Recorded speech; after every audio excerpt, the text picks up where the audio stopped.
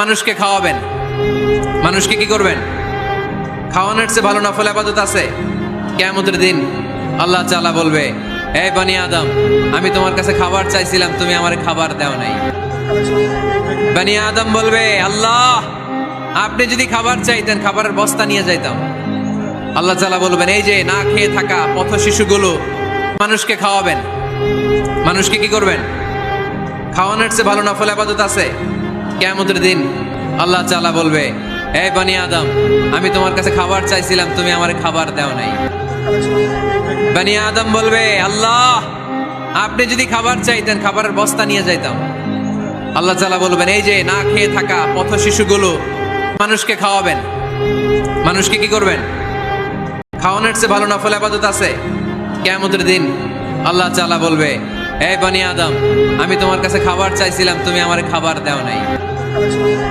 বনি আদম বলবে, আল্লাহ, আপনি যদি খাবার চাইতেন খাবারের বস্তা নিয়ে যাইতাম।